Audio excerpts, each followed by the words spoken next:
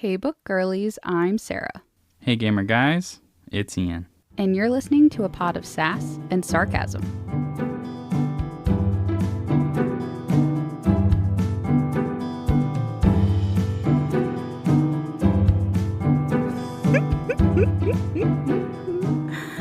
You start dancing and then the loudest truck in the history of man goes by. It's just cheering me on. So how you been? Been playing any games? I haven't been playing too many more games, but I have done a few more runs of drudgery. Okay, drudgery is like if Catan and Tetris had a baby, right? I suppose it's a decent enough comparison. Because the Tetris pieces are your resources or land or something like Mm-hmm. that. And you play Tetris to get them. That is correct. So you've done more runs of it. And it's like a roguelike because it changes every time. Like there's like randomization with it. Mm-hmm. So what's different with these last couple of times that you've done it? So I wanted to hit on a couple of things because we talked about resources, but we didn't really say what the resources were for and what happens between each run. So in general, the resources are for giving yourself upgrades to the tiles you can play. It's usually buildings. Okay. So say I have a building that cuts down all the tree tiles within a certain space from where I place it. And then if I use some of my resources, I can upgrade it to make it either give me more resources by chopping down those trees or increase the area of my tree chopping. Okay. And then when you're between matches or even sometimes mid-run, you can upgrade your tech tree or your I'm going to call it a tech tree. Okay. You can upgrade your tech tree by unlocking either new tiles or new features of the game. So every time you run it, you are completing challenges generally. And by completing those challenges, it lets you unlock more portions of the game. So the more you play, the more complicated it becomes. Mm-hmm. So early on, you only have a couple things to like interact with. And now it's like developing further and further, meaning there's more interactions happening on your board and there's more to think about and plan for the future. Can I pause you for just 1 second? Yeah. When you say tech tree and you're like, yeah, that's just what I'm going to call it, is that like something that's similar to not storage, but like in other games, you know how like you have like an inventory? Is that what your tech tree is kind of like in your inventory or what? Like, what do you mean tech tree? Like, what is that? It means I'm investing points into it and I'm deciding on a couple branching options on what I want to unlock. So say I got to a branch in the tech tree, and if I go left, say I unlock something that chops down trees better, or if I go right, say I use fields better. So you get to choose like how you want to, what benefits you want. So the tech tree is kind of like the path that you're following when you're playing, basically, as far as like what resources you want to use and which ones you want to like reinforce and things like that. Yeah. Okay. But investing in the tech tree is the only way you will progress in the game, because the further along the tech tree you go, we can unlock different civilizations. Because I think I talked last time about one of the civilizations that changes tiles into cities, and it was different from my starting civilization. So the latest thing I unlocked is faith. And I'm not too far into the faith tech tree, so I have very limited ways to interact with this new thing. And what faith does is it gives me an overall percentage of all the resources I gained that round based off of how much faith I gathered. And this leads me into the other aspect I didn't really talk that much about of this game, is sometimes the tiles I have to drop are enemy tiles. Ooh. So each tile some tile buildings has military units associated with it. I know that's a little convoluted way of saying it, and that's how you lose a run. If your military power is less than yours. What? If mine is less than mine? Sorry. If the enemy's military power is higher than mine, it docks my overall life, and I can only lose so much life before it just ends the run. Okay. And so it's a balancing act. Do I want to get more resources so I can upgrade more quickly, or do I want to focus in on getting more and more military units to make sure I can make it through to the end of the run. Right. Which that also reminds me of Catan in, what is it, the Cities and Knights expansion, where like you are playing regular Catan and you're like, my cities, my settlements, my roads. But then like the army becomes really, really important there and you have to really think about it. And then like when the pirates invade and all that kind of stuff. So it's like, I like that they are taking two games that I really like, Catan and Tetris, and putting them together. And I don't really care about the roguelike, but I know you like the roguelike. But like, I'm here for the Catantris. That's Tetris and Catan. Yeah, the roguelike is kind of giving you appreciating my joke. Sorry. The Catantris. It's Tetris and Catan in one word, Catantris. That's what they should have called it, Catantris. Anyways, sorry. You were saying? I was saying the roguelike is what gives you an overall goal to have to progress. Otherwise, it can get kind of stale rather quickly. Because it's like, yay, I did it. I beat that run. But what do you get out of beating that run? Nothing. So that's why roguelites are a thing. Wait, hold on. Have I been saying it wrong? I have probably been saying it wrong too because I don't really care enough to say it properly. Is it rogue light, like lightweight or light from the sky? Or is it rogue like, as in it is like a rogue? Okay, I looked it up. In a roguelike, you lose all progress upon death and start from scratch each time. In roguelite, you carry over some form of progression. So I have been saying it wrong. I don't like that they sound so similar to each other. Yeah, that's my problem. So I've just been sending it to the wind. You're like, nobody's going to know. Nobody's going to know. I'm the expert here. Who's going to question me? Literally everyone. Literally me. I'm always like, what are you saying? What are these words that are coming out of your mouth? Yeah, and so faith buildings was the last thing I unlocked, and then a little bit earlier I unlocked tech upgrades. And I was hesitant to use the word tech tree because I was going to say the word tech again later. Yeah, I was confused where the word tech, how that was coming into it, because you were saying tech tree, and I'm like, I get tech tree, like the tree part of it I get, because like there's branches and there's forks. Like you could have called it a path or whatever, and like there's forks in the path or forks in the road. I can kind of get that too, but I kind of like the tree because it's like building and it's going upwards and it's growing and it's whatever. So I like that. I got the tree part. I did not understand why you used the word tech in there to describe it.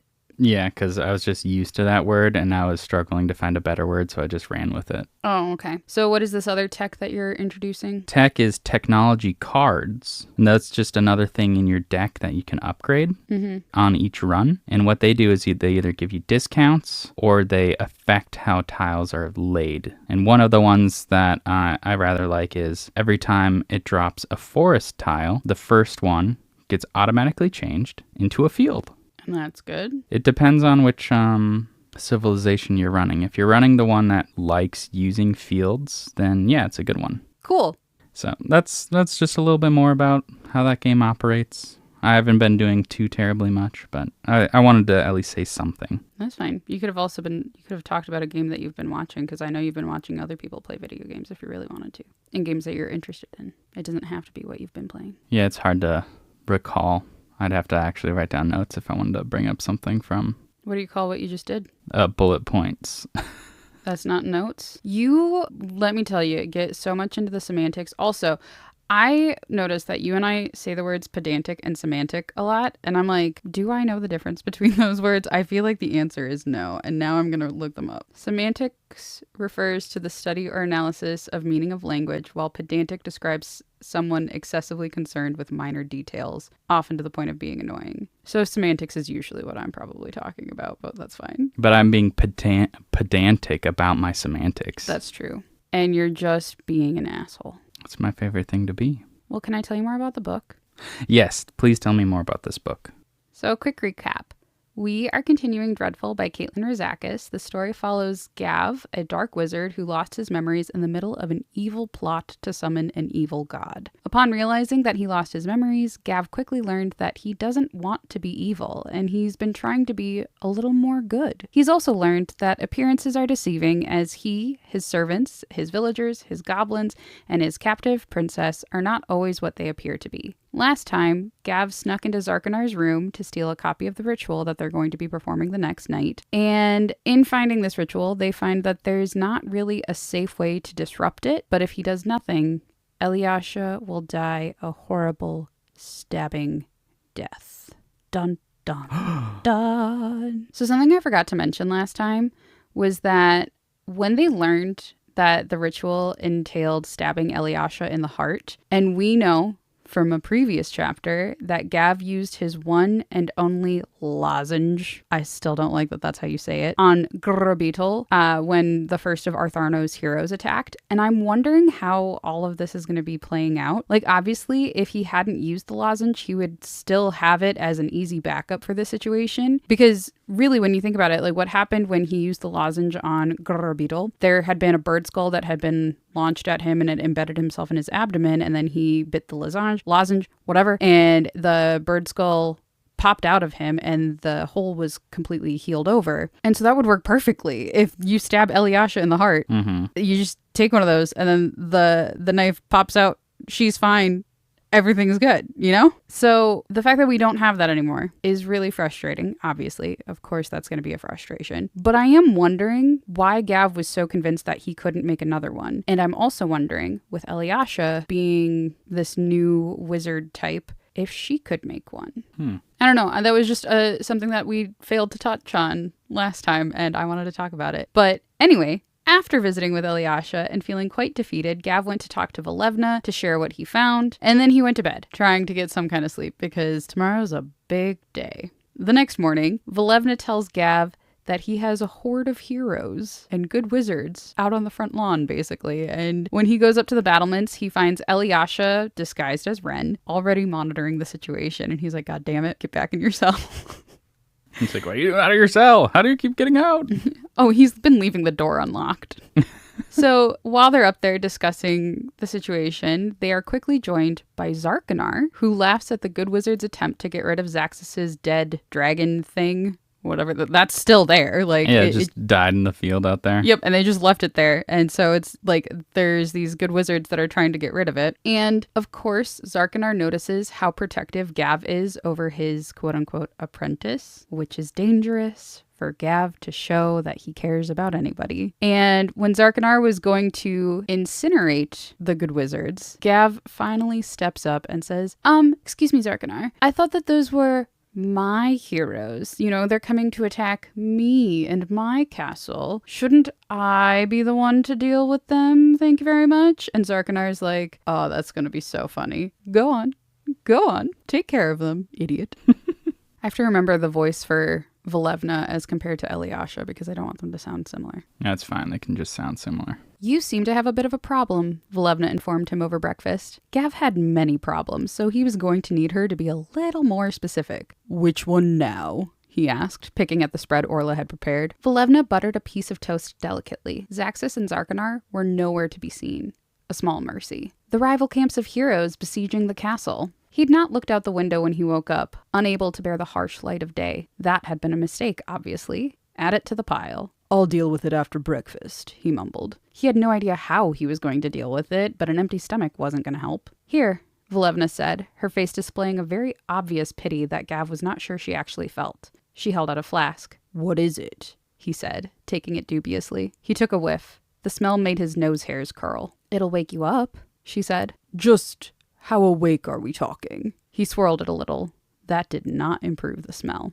Awake enough that you can take care of an invasion of multiple heroic parties and then not screw up the spell tonight so that you don't kill us all, she said acidly. If she'd wanted to kill him, this would not be the smartest way. Easiest, maybe, but not the smartest. And Volevna did not seem the type of person to choose easy over smart. He took a breath and took a gulp. He saw dawn. Not the literal dawn. That must have happened a few hours earlier, but then again, time had briefly ceased to have meaning. He saw the rising of light that seared his eyes and left permanent imprints of the shadows of his soul against the wall of his mind. He could feel every single fiber of piece of cloth touching his body. He could smell Volevna's hair rinse, and the subtle smokiness of the bacon, and the lingering odor of goblin that permeated the stone of the very castle, and the cool gray scent of the stone itself, all nearly overwhelmed by the sour odor of his own unwashed body. He was distinctly aware of every crenellation of each tooth in his mouth. He sputtered, and time sped up again, leaving him no less rawly aware of all of his senses all at once. Sip, not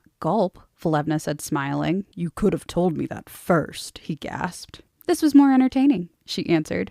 I hate you, he said. Only just now? She asked, curving her neck to look at him through the edges of her lashes. That's the longest any man's lasted in years. He grabbed a handful of toast. Excuse me. I have an invasion to evaluate. He tried to make as dignified an exit as he could manage. Blow them a kiss for me, darling. Volevna's voice floated after him. Eliasha was already standing on the battlements in her wren guise. Damn her. He wasn't sure if she'd fooled any of the guards into truly believing she was two people, and his apprentice was genuinely spending the night guarding the princess, or if they'd figured it out and were playing along because they thought that's what he wanted. He looked out over the village. There were at least 3 different encampments set up out past the fields, near the tree line. They were spaced far apart. They must have pitched their tents in the dark without realizing the others were there. Even as he watched, members of the 2 parties stood in the field gesticulating. He fumbled the spyglass out. It was possible they were coordinating an attack, but from the way one set of tiny figures stalked off, he suspected it was more likely that they were arguing over who had the best right to attack the castle in an appropriately glory-filled charge. He wondered why they hadn't attacked at first light. Well, there was the giant carcass of Zaxxus's dragon thing lying in the way. Perhaps in the darkness they'd thought it was sleeping and feared to wake it. They had to realize it was dead by now, though. Zaxxus's unnatural beast was breaking down unnaturally fast. Gav could catch the faintest whiff of decay on the breeze, even up here.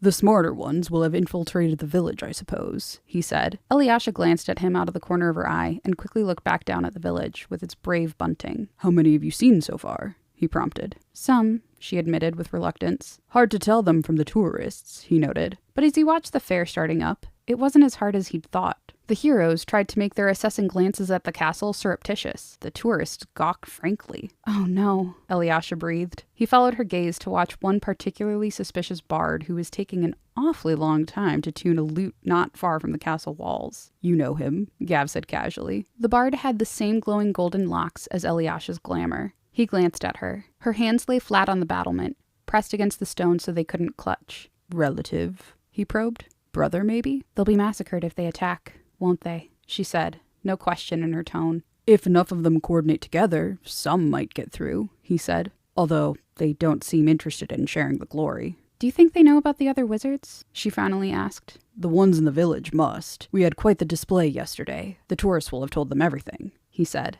The ones camped out? Not sure. The real question is whether Artharno is going to come herself. That old fool would have shown her hand by now if she were here, came a silky voice from behind. Gav did not turn around, but the hairs on the back of his neck stood up. How long had Zarkanar been standing there? How much had he heard? But she almost never leaves her tower, Zarkanar continued. She'd rather send out her idiotic heroes, and we've already seen how well that went for her. Out of the corner of his eye, he could see Eliasha staring straight ahead, visibly wishing she were anywhere but here. That one's a nice example. How shall we deal with him? Zarkanar mused, looking down at the bard. I wouldn't want us to be disturbed this afternoon. Dread twisted Gav's stomach. The bard, related to Eliasha or not, was a dead man. The question was, how many more would die with him? A hero party? Or 3?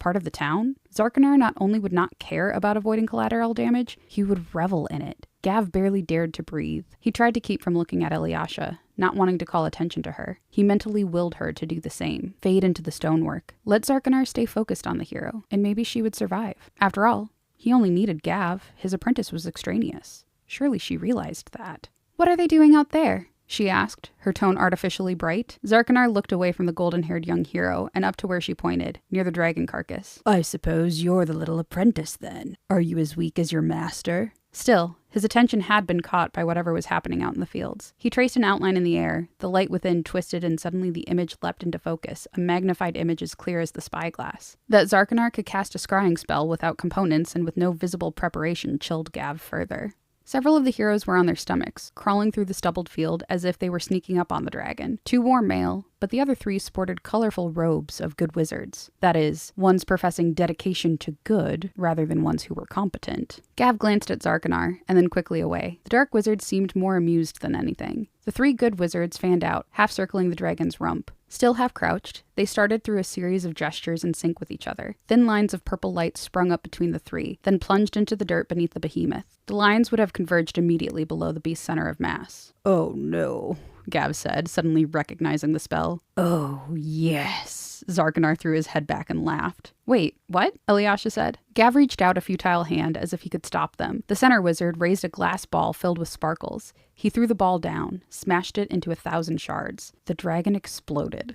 The dirt fountained up into the air well above the height of the castle. The lead wizard was immediately obscured by the eruption of dirt, but on either side, his fellow wizards raised their arms in jubilation. One did a little jig. Then they turned to go. Below, the villagers cheered. "Oh," said Eliasha, "I suppose that takes care of that particular problem." Gav tackled her to the ground as Zarkanar flung up a hand. Even as she squirmed in protest, he tried to cover her head with at least his chest. Zarkanar's shield flared above him, and only him, Gav noted with irritation. Then the rain began, and the screaming. The corpse of the dragon, blown thoroughly to smithereens but not remotely vaporized, rained back to earth in a million chunks of varying sizes. This high up, it was mostly splatters of blood, although the occasional thumb-sized piece of rotten dragon flesh pelted Gav's back. He looked up again as quickly as he dared, unwilling to keep his eyes closed too long in Zarkanar's presence. He saw a giant chunk of tail plummet out of the sky. Their jubilation transforming to panic, the heroes took to their heels. They zigzagged back and forth as pieces of dragon smashed into the ground around them. Gav couldn't see the village over the parapet, but he could hear the shrieking and the squelching. An eye from one of the twin heads hurtled down at Gav. Time seemed to slow down. The pupil reflected back his horrified face. Then it slammed against the stone, bursting like an overripe melon. Goo splashed across Gav's cheek. Zarkanar stood with his hands planted on his hips,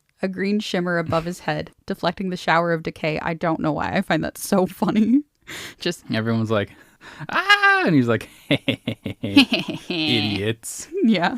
Zarkanar stood with his hands planted on his hips, a green shimmer above his head deflecting the shower of decay. He looked down at Gav, crouched over his apprentice, and smiled. His unnaturally white teeth gleamed. A chill ran down the back of Gav's neck. He'd just given Zarkanar the confirmation he'd been looking for. "So, that was fun," Eliasha said, sitting up and wiping a smear of dragon fat off her cheek. "Did any of them get squished?" Gav wanted to shush her, to hide her behind his back, but anything he could do would just invite Zarkanar in further. Zarkanar raised an eyebrow. "Well, at least you have the sense of humor your master lacks, and a backbone. Perhaps when this is over, you'll reconsider your allegiances." Gav could feel her tense under him, but her face stayed neutral. She pushed him off, and he reluctantly let go. They scrambled to their feet. Below, the roof of one of the smaller houses had completely folded in, one severed dragon head lying in the middle in a heap of gore and thatch. One slowly collapsed even as they watched. Blood-drenched visitors scrambled back and forth, wailing. Not the villagers, he noticed. Wise to the ways of the dark wizards, they hung back, waiting until it was actually safe. The novelty seekers, though, they had something to gawk at, and gawk they did. Gav hoped they felt they were getting their money's worth.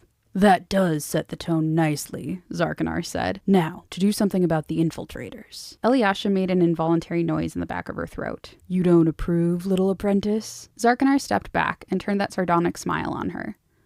"Perhaps you don't have what you need after all." Eliasha looked like she might answer. Gav cut her off. "I don't think that will be necessary." Zarkanar turned the force of his gaze on him. "Are you objecting?" "No, of course not," Gav said, trying to sound casual. "It was a privilege to watch a master at work last night. Very effective." He brushed what he could of the slime off his robes. "But I'm playing host, and this rabble really is my problem to deal with," he continued. "Why don't I finish mopping up so you can focus on what you really came here for?" Zarkanar regarded him with narrowed eyes. He was being too suave, he realized, with some panic. He broke the gaze, staring at the floor, letting the flush come to his cheeks. "If that's all right with you, my lord." He scuffed at the floor with a toe, visibly made himself stop. It wasn't hard to feign embarrassment and dismay. It was keeping them from spiraling up into hysteria that was the problem. He swallowed and gestured at the heroes still camped on his doorstep. "I apologize for the inconvenience." "As you should," Zarkanar said finally after a long moment of letting Gav stare at the ground, increasingly panicked.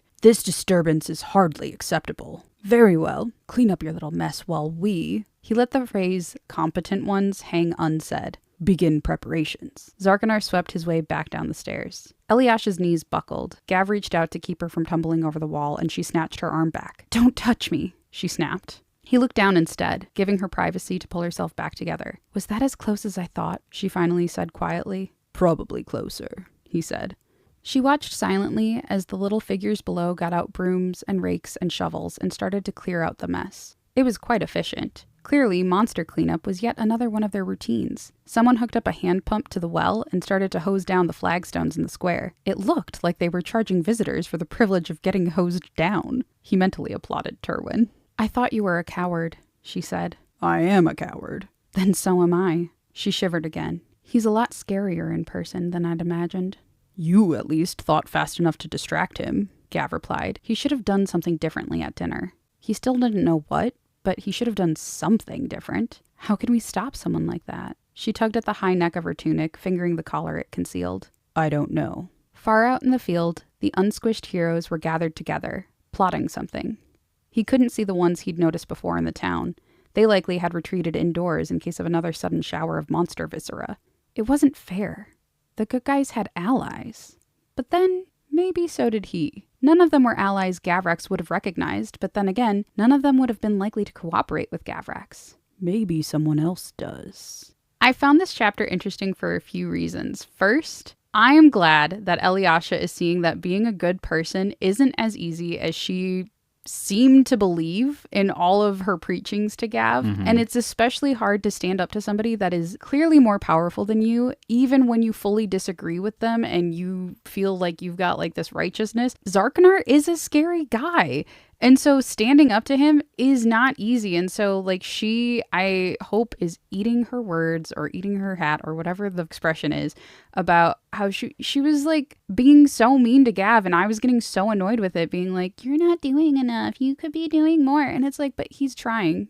He is trying to stand up to Zarkanar, but like he does have some self-preservation and that doesn't make him selfish. So I thought that was kind of interesting. Yeah, I did too. Because they're trying to show the heroes like as ignorant and foolhardy because they're just going to stand up to everyone anyway, even though they have no chance. Yeah, and they're going to die and it's going to be heroic, but it's like you're not actually making change by not killing the bad guy. I also liked how we got to see magic being performed without it really being explained. I think we talked about this a little bit last time, but I may have edited it out for brevity's sake. So I'm going to talk about it now again. I do really like how in this world, magic is a skill set that can be practiced. And so it's not something that people are just naturally born with or without. And it involves components and rituals and incantations. I like that it has limits, and partly because I think that adding limits to magic makes it more fun and more interesting, but it's also that it tends to work better for making problems in your plot for the characters. So I really, really like that there's a lot of these limitations to magic that we're seeing. And mostly I don't like when magic is used as a fix-all in stories. And obviously here, like there is no fix-all. I mean, even with the garlic situation, he's like, I can't even just turn the garlic into something else because I don't think that kind of a spell would last when you actually try to eat it. And I'm like, I like that there's that kind of, like, that's a problem. We can't just magically fix everything, even though we have magic at our disposal. I also like that there's rules to this magical system, but our author isn't bogging us down with those details of all the rules, because sometimes if you get too descriptive of how the magic works, then you run into a problem when you try to do something with your plot and say like, oh, this person can actually do this thing that they previously weren't able to do and blah, blah, blah, blah. So it's like, I like that there's rules, but we don't actually have to know what they are to understand what's going on. Yeah. I had a thought when they were describing the bard. I thought that, what's his steward's name again? Sirocco. I thought that the bard that was sitting down there was Sirocco's rival. Simon? Yeah, I thought it was Simon. Oh no. Did Simon become the greatest hero actor of all time and he's in the role too deep just like Sirocco is and he's like, I'm gonna have to go in there and pretend to be a hero and I don't know what I'm doing? That would be interesting. I also really loved the comment that Gav had about how these wizards are good in that they're not evil, but they're not good in that they're competent, meaning that like they're not good at what they're doing. They don't have talent, they don't have skill, they don't have like the knowledge to support it, but they just are not doing bad things. Because I think if we broaden that metaphor out it's an interesting commentary on society, how people who are competent, intelligent, very skilled at certain things tend to be driven towards evilness in a way because we tend to praise incompetent heroes for basically having their hearts in the right place.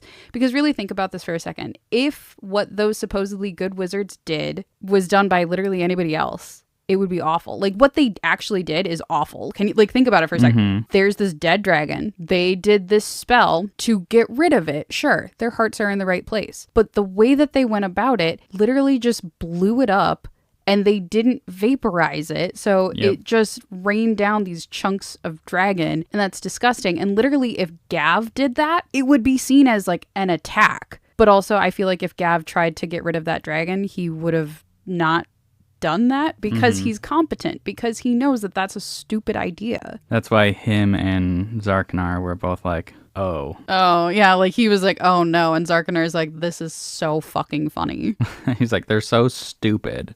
They're going to destroy so much stuff. This is going to be wonderful. Yeah. Well, because I think, too, if Gav had tried to solve this problem, or, like, if he had gotten Mayor Turwin involved, like he did with the Garlic Festival, they probably would have tried to, like, save its meat or something, because they're holding this Garlic Festival because they have no food, you know? So I'm like, that also just makes me sad that it's, like, it's super wasteful. It makes them look like they're doing this good deed, and everybody cheers, and they're not blaming them for the damage that they caused. You know, these good wizards, like, oh, well, they tried to get rid of this, and it's like, well, Gav's been trying to do all sorts of good things and nobody's giving him a chance, and it pisses me off. I like that. I like that kind of commentary about how, like, we are praising incompetent people for trying, but then when competent people actually do something, they don't get the credit, or they get criticized for not doing it good enough, or they get kind of shoved into, like, if you know too much, then you just become bitter and awful and turn into, like, this evil person. And that's not always true, because I think that there are some evil people who are also incompetent in the world.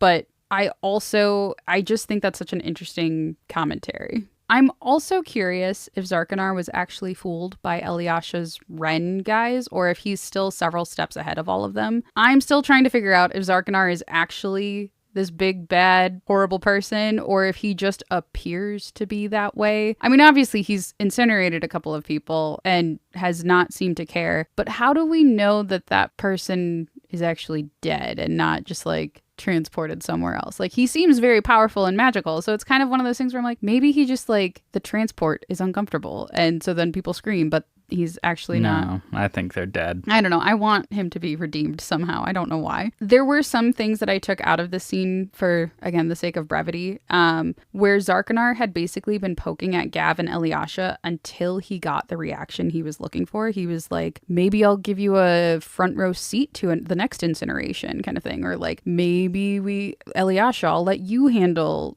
killing that person or something like that. And so, like, really, like, waiting until they became horrified. And of course he didn't know it was Eliasha, but whatever. He was trying to get them to be horrified, and then when they were remaining neutral, he would, like, one-up himself until he got that reaction, and then he would laugh and walk away. Which is why I'm like, are you actually this bad? Or are you just good at poking people? I think he's bad because he's still willing to do the thing. Yeah. If that makes sense. I agree. I don't think he's as bad as we think. I think he's very bad for being willing to do stuff. And maybe it's not that he's not evil. Maybe it's that he is also incompetent. Because one of the things that I am confused about is the fact that he is letting Gav deal with the heroes. You know what I mean? Because, like, if it's Zarkanar, if he really doesn't want it to go off without a hitch, first of all, why include Gav? If you think that Gav is so incompetent, why are you including him in this plan? You've got his memories, which makes him even less competent, you would think. But did you take his memories because you were actually threatened by him? And I almost feel like this is either he thinks that Gav is so incompetent, and this is another thing that he can hold over Gav to taunt him with, being like, look, you couldn't even handle a couple of heroes or something like that. But on the other hand, what if Zarkanar is letting Gav handle it because he doesn't actually know how to handle it himself? And dare I say it, is he afraid of these heroes actually doing something to disrupt his spell? He's been so arrogant and cocky, being like, nobody can disrupt this. I'm blah, blah, blah. I'm perfect and I'm super scary and stuff like that. But what if he's not? What if he's incompetent? What if he doesn't even have the end of the spell? What if he's like hoping that the others figure it out or something like that? I don't know. I am trying to figure out who Zarkanar actually is. If he is, I do think that he is evil, but I also think he might be incompetent. I don't think he's incompetent. I think he just is wanting to lord power over other people. I suppose. Because they even said he's such a powerful wizard, he can do magic without reagents. Yeah, that was very chemistry-like of you to say that, but I get what you mean. So anyway, Gav gathers Sirocco, Eliasha as Ren, Orla, Throck, and Grrribeetle, and they make a plan to meet with Terwin in the tunnels under the castle that Gav had no idea existed, by the way. Their goal was to come up with a plan to take care of the heroes without killing them and without disrupting the ritual. Gav is starting to feel pretty helpless, thinking about how he didn't even know that these tunnels existed and that there were probably so many other ways for heroes to sneak in that he couldn't possibly have a contingency plan for everything. And even if he did have a plan for everything, maybe they would find a new way to get around the wards or the barriers or whatever he did. And then Grrribeetle came up with a brilliant idea. What if he didn't try to keep the heroes out? What if instead he invited them inside? Snuck them all in. Gav proposed this plan to the other 3 dark wizards, and they were skeptical at first, but they did agree to it after Gav explained how they would lead the heroes, the villagers, the tourists, all of them through the halls, and explain that there's going to be this dark ritual happening that very night in the throne room and not in the workshop where the actual ritual is going to be held. And of course, these tourists and stuff are not allowed to look there because, of course, that's going to entice those heroes to look there. And they're immediately going to try to go in there and stop the ritual. And so they're basically coming in, but in a controlled way where they're not actually going to disrupt the dark wizards. They're not going to get in the way of the dark wizards. And there's innocents that are there that they can't just go around killing everybody to try to, get the bad guys kind of thing. So it's a really genius plan, and I love Grrribeetle for it. But that's the fun part, said Gav, praying he could pull this off, because we don't mention that the workshop is upstairs. It's just bedrooms up there. It's boring. We tell them the ritual is being set up in the throne room, and there's a decoy ritual that they can watch, said Zaxxas, catching on. No, Gav exclaimed, leaning in, his eyes gleaming. Sell it. They're told they can't watch. Of course not. Such things are not meant for mortal eyes. To watch would be to court death. Volevna started to smile, because being told they can't do something means that's all they'll want to do. And who is going to perform this decoy ritual? Zarkanar sneered, since the actual wizards will have an actual ritual to perform. This one he'd come up with, and he had to admit he was very proud of it. That's the best part of all. Wearing his undyed tunic and brown trews, he didn't rate a second glance from the tour group he trailed. Mostly made up of minor nobility, they took one look at him and ignored him completely. The group of heroes who had poorly disguised themselves to blend in with the said minor nobility were equally dismissive. Gav ignored their badly hidden armor and weapons and pretended to enjoy Sirocco's enthusiastic description of the many applications of hot iron. But where's the princess? Whispered a woman whose raven tresses. Oh, by the way, there's a lot of whispering. I am not going to whisper every time. You don't want to do an ASMR podcast? Absolutely fucking not. No, we're going to talk at normal volume, but we're pretending it's whispering. Anyways. Whisper. Shut the fuck up. But where's the princess? Whispered a woman whose raven tresses trailed well below her waistline and whose crystal-topped staff did not at all go with her ill-fitting dress. We'll need to break away and find her, her companion whispered back. The cloak he wore in no way disguised the battle axe strapped to his back. My cousin works here, Gav whispered to the two of them. She says there's to be a great garlic sacrifice tonight, but no, it's too awful to even talk about. What? They demanded, leaning in. She said, the garlic effigy that is to be burned, it's hollow, he whispered, even softer, widening his eyes. And the hollow inside is the exact size for a human being. The two heroes gasped. A third, whose holy symbol had been tucked down his shirt but kept working its way free, glanced at them, clearly hoping to be filled in. One of the non-heroic guests shushed them angrily. Burned alive in a garlic suit, whispered the disguised sorceress. It's too horrible. We have to find a way to disrupt the ceremony. But it's sure to be heavily guarded, her warrior friend cautioned. What if they kill her as we try to fight our way in? Well, I suppose you could. Gav cut himself off. Never mind. What, man? The warrior demanded. It's much too risky. You'd have to be suicidal, Gav said. Any risk is worth it to protect the innocent, the sorceress said. Well, Gav said reluctantly. The wizards performing the ceremony are all masked. If a single wizard, who was very brave and willing to put herself at great risk, were to somehow obtain a mask, she might be able to slip in unnoticed. She would need to perform most of the ceremony, though, so she could disrupt it at the very last second. It's too risky, said the warrior. There must be another way. No, the sorceress replied, putting a hand on his arm. I swore an oath, Dervin. I can do this. She turned to Gav. How can I meet this cousin of yours? ... 3 asterisks, whatever you want to call it. I kind of like how they're doing this. They're kind of spreading out the plan. Mm-hmm.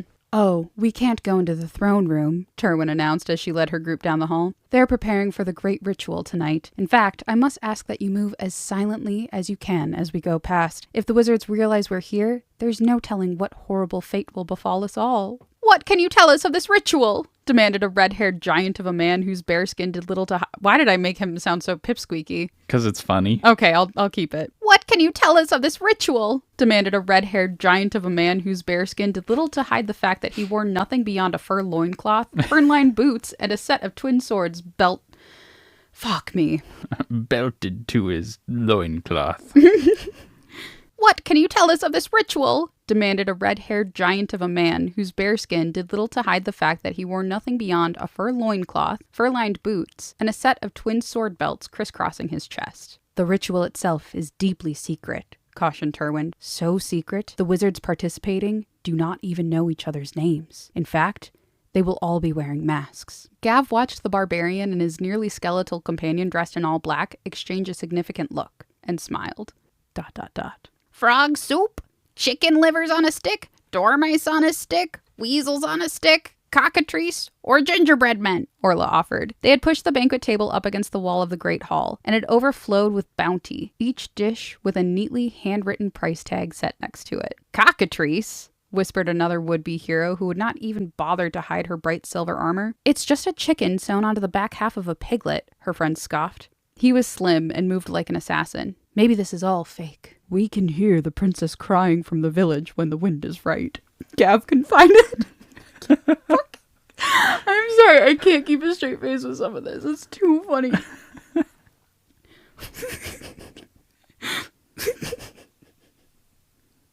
Give me a minute, I'm sorry. We can hear the princess crying from the village when the wind is right, Gav confided. The paladin and her assassin friend didn't respond, but as Gav drifted past, they cornered Orla. Tell me, the assassin said, his eyes slitted, how much would it cost to slip us into this ritual we keep hearing about? ... But why garlic? Before Gav could even lean in, a different hero answered. Haven't you heard? The amount of magical power concentrated in garlic is unfathomable. Why do you think the Dreadlord Gavrex commanded them to grow so much of it?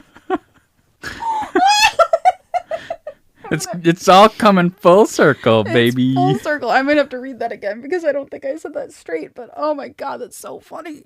It might be better to not have it read straight. That's fine. Whew. ... Well, we have a fully populated decoy ritual at this point, Gav reported, brushing his hands off briskly. Being kicked out of his own workshop had been humiliating, but he couldn't say he wasn't grateful. Zarkanar had taken one look at him standing in the door and dismissed him with little more than a curled lip. Inside, Gav could see Zaxxas diligently adding the chalk marks to the silver rings on the floor. Someone had already repaired the damage done to the summoning rings by the incident with the knowledge demon. Gav didn't know whether Zarkanar didn't trust him not to sabotage the work, or just didn't trust him to not screw it up by accident. But it bought him time, and time was what he needed. He caught Volevna in the hallway going back to her trunks for more chalk. His wasn't good enough, it seemed, the story of his life. Already? She asked. No problem at all, he said. 9 of them, in fact, every single one a hero, and every single one convinced the others are all dark wizards. Really, the only pity is that we won't have time to watch the fun. Oh my, she said. And the centerpiece of all of this is one of your servants in a garlic suit? Exactly. Gav preened a little. Then he sobered. Have you decided? I haven't seen any reason to believe he's not going to make good on his promises, she said. I'm watching, but I'm not going to give up the chance for this kind of power just because we haven't seen the last page. If you wait until it's clear he's going to betray us, yes, I'm aware, which is why I'm watching. Do you have any other information to share? She raised her eyebrows. I still have a bad feeling about this, he mumbled. She patted his head. He gritted his teeth. Dear boy, you're just gonna have to trust your betters sometimes. She swanned her way back down the hallway, trailing diaphanous skirts behind her. Gav headed back up to his bedroom. So far, the heroes were treating the castle staff as sources of information rather than obstacles to be stabbed. One less thing to worry about. He paced, watching the shadows grow longer. Sundown soon. They'd come to get him. And what would he do? He needed some way to hijack the spell. That was the key. Key? Oh! How could he have missed something so obvious? It had been there in plain sight all along. And I think that's where we're going to stop for today. Mostly because I actually haven't read any further, so I don't know what comes next, but I do have this to say. I do remember in chapter 1, when Gav was trying to figure out who he was and what was going on, he had listed a lot of these objects that he'd found in an attempt to figure everything out, and so here's a quick recap of that. So, a wizard. It gave him something more to work with, but the lack of name itched at him. The desk was awash in singed papers and cut crystals, stoppered bottles, and small wooden chests, all sprinkled with shards of broken glass. He'd have to sift through it. Surely there would be some kind of clue. He grabbed a handful of papers. What else was here? He started opening the little boxes at random. 3 teeth, small enough to be a human child, with too much root left to have fallen out on their own. A pile of black pellets, which he only realized were fumets after he'd poked them a bit with a finger and then pulled back in disgust. A button, a tiny golden key, the stub of a candle, the skull of a mouse, and an ornately carved black rock that nearly hummed with malice. 2 boxes were carefully sealed shut with wax. He couldn't remember what was in them, but he knew better than to disturb them. It was too much to have written notes to himself, it seemed. So if you notice in there... There is a key. There is a key, and I'm wondering if it's the key to Eliasha's collar. Maybe. Yes, obviously, there's mouse skull magic in there as well. Somehow that's going to come into play. It won't, but that'd be really great if it did. But I'm excited to see where this goes. I also just love how this whole thing is coming together. This set of chapters was so much fun to read as far as like setting up all the different heroes and like that whole like little montage was so funny. Yeah, that's what I liked a lot. Although, like, I felt like Gav was having a lot of fun luring the heroes into, like, messing with each other. Right. And I also love that, like, Sirocco got to bring out his acting skills being a tour guide, and Terwin was being a tour guide because she knows all the history of the place. And so that was just super fun to just watch. And I love how they brought it back to, haven't you heard about the unfathomable power of garlic? I'm dead. It's so funny. And I just love how at every turn they're collecting as much money as possible. Oh my God, yes. There were some parts that I like kind of skipped out when he was telling the other 3 dark wizards of the plan. You know, he would say like, well, this is actually what it would be like. And like, well, and I get where you're going, but actually think about it this way. We're going to do that and stuff. But in the middle of it, there were like these little parentheticals that were like, and we can sell them tickets for the tours, said like Terwin had said or whatever. And then like the bit about like Orla setting up a table for like food, and she's like, and we can gouge the prices and stuff like that. And I'm like, that's so fucking funny. The 2 of them were just, I'm sorry, I keep punching my microphone. The 2 of them are just like scheming. And I love that Orla and Terwin are like BFFs. That's so great. I also like that we were right about the Garlic Festival playing a huge role in all of this, because really without this festival, this idea of bringing a tour of heroes through the castle wouldn't have made sense. There was no reason to do that. Mm-hmm. Garlic Festival, saving the day. I love it. I love that they're tricking the heroes into performing this dark ritual, and just like they're diving into the appearances of things. I am so curious what this dark quote unquote ritual that the heroes are going to be performing. I'm so curious how that's going to go, because I feel like there might have to be somebody guiding them a little bit, but like they're all going to go in there being like, I don't know what to do. And they're all going to like pretend that they know what they're doing, which is going to be so funny. One thing I am shocked about though, I am shocked that Zarkanar agreed to this, because this is why I keep going back. I'm like, is he as bad as we think he is? Well, he also seems to be annoyed by all heroes pretty much, because they do worm their way in. I think he's annoyed by heroes, but I am shocked that this solution, because it's so clean, as far as like there's no deaths of the heroes, there's no way to set like an example of them and whatever, because that's always what he's like after. He's like, I want to set an example. I'm sending a message to Artharno. I want to use that bard hero in disguise as an example, and like maybe they'll all get scared off and stuff like that. So I'm surprised that he didn't just throw a tantrum when Gav was like, we're not actually killing anybody. And they're not going to kill other people, sure, but like we're not killing them either. And I'm surprised he didn't just like throw a tantrum and burn the village to the ground. That would be one way to fix it, because like I don't think the other heroes would come in time to like mess with the ritual, and that's all he cares about. So I guess, I mean, I'm thankful that he didn't throw that kind of a tantrum, but I'm a bit surprised. I think he just doesn't care. I don't know. But we have 4 chapters left in the book. Oh, really? Yeah. So we might only have 1, maybe 2, maybe 3 if I can really stretch those chapters out. But we have very few episodes left this season. Well, so far it's been very good. I'm excited, and this is not going where I thought it would as far as how they're getting out of it. I'm loving, like I said, them bringing the heroes into it and just having everybody be a participant in it. But yeah, I wonder if that key is the key to her collar. Yeah. I feel like it is. But then, like, even if he lets her run away, then what? I don't know. Are they gonna sacrifice? Like, are they gonna put Zarkanar up there? Maybe Zarkanar is a virgin of royal blood, and they have to stab him in the heart. Maybe Eliasha will stab him in the heart, and then because she'll be close to him. Because she's the 4th wizard, or she could be another wizard. Yeah, and she's good at martial arts or something. She threw a knife at Gav the first night she had dinner with him, and then the god will do her bidding, and she'll be like, bye, leave. I that's all I want is for you to leave. Bye. Something. I don't know. That would be just, it's going to be interesting. I'm very excited to see where it goes. 4 chapters is not much. So like this is going to have to wrap up quickly. So did we learn anything today? I learned that foolish wizards will just blow up a dead dragon. For what reason? Nobody knows. I love that they danced in jubilation, or at least 2 of them did, and like one of like they were like, "Yeah, this is so great," and then I just love picturing them being like, "Oh God," and running away. I just think that's so great. That is what foolish, incompetent wizards seem to do. I learned that roguelike and I learned that roguelike and roguelite are different things, but kind of mean the same thing. Because roguelike is like the hardcore version of roguelite. It's like Diet Coke and Coke. Yeah. Like roguelite is the diet version of roguelike. That's what I learned. Yeah. So where can people find us? People can find us on Facebook. At A Pot of Sass and Sarcasm. They can follow us on Instagram. At A Pot of Sass. They can send us an email. At a pot of sass at gmail.com. They can donate to our Patreon.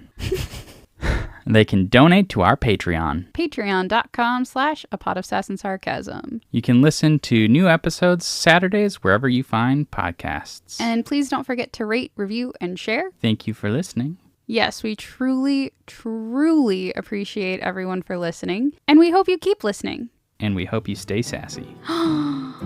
That's great that you said that. Later, nerds. Bye.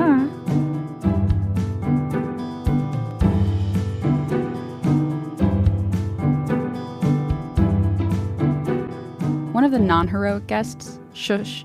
One of the non-heroic guests, shush. You know, I do have a new respect for the audiobook narrator of this, because I do wonder how much he's stumbled over the words and the vocabulary in this.